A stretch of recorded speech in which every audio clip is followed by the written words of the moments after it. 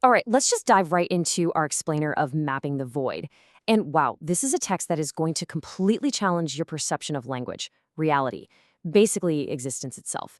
It's this fascinating journey that just strips away all those comfortable little illusions we rely on every day, and it actively asks us to look at the world totally unfiltered. It's a trip.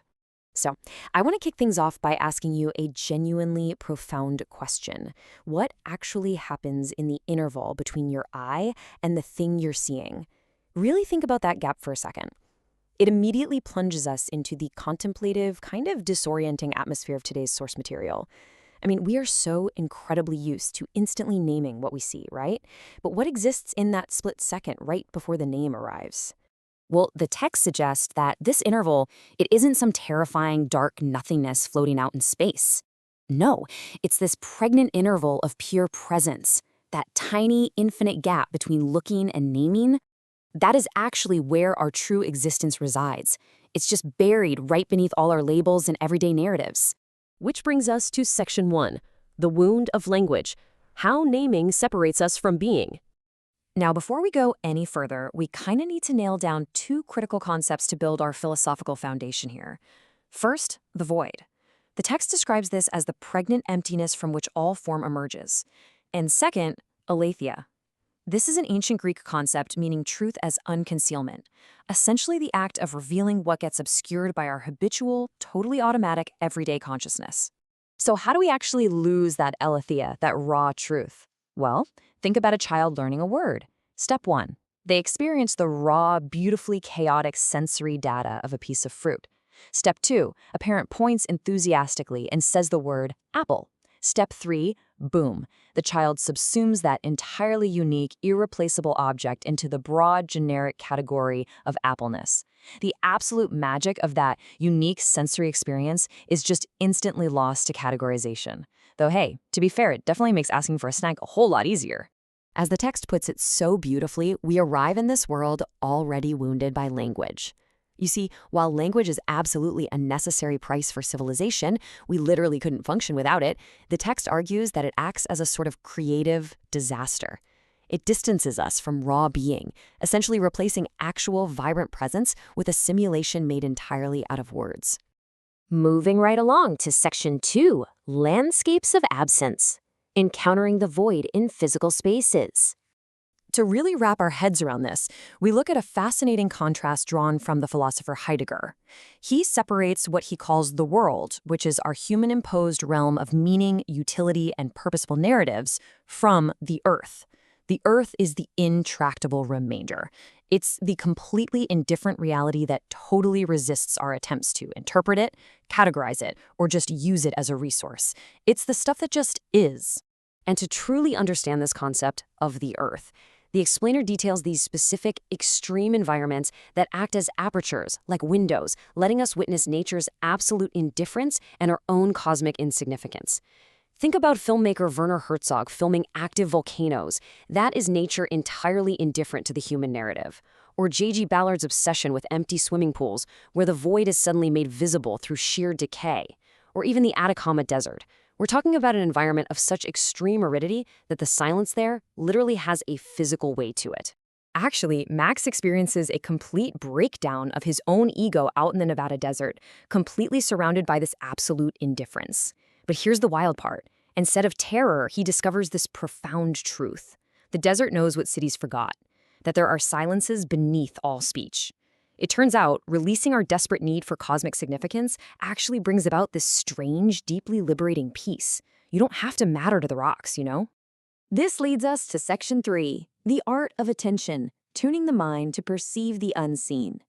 So in this labyrinthine city called Meridian, Max encounters two vastly different realities. On one side, you have the rational grid. It's predictable, highly legible, an ego-driven order designed entirely for utility. On the other side, organic chaos. It's labyrinthine, ambiguous, unconscious growth.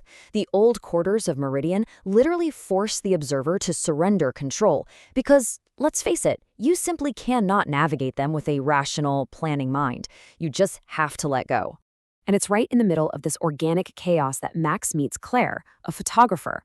Now, when she's asked what exactly she's documenting with her massive, super deliberate camera setups, her answer is pretty striking. She says, everything that is about to disappear. She isn't out there documenting these decaying spaces for the sake of making high art. No, she's acting as a witness to things right on the verge of fading away into deep geological time. Which brings us straight to Claire's core philosophy. The work is in the attention. The work is in saying to things, I see you, I acknowledge you. You see, true attention isn't about explaining or categorizing or judging what you're looking at. Not at all. It is simply about honoring the existence of the world around us. It's just letting it be. Okay, section 4, dissolving the boundaries, the collapse of the observer and the observed. Let's track the actual chronological progression of Max's journey here because it really highlights how each phase stripped away his ego piece by piece. In his youth, he has that breakdown of naive realism in the Nevada desert.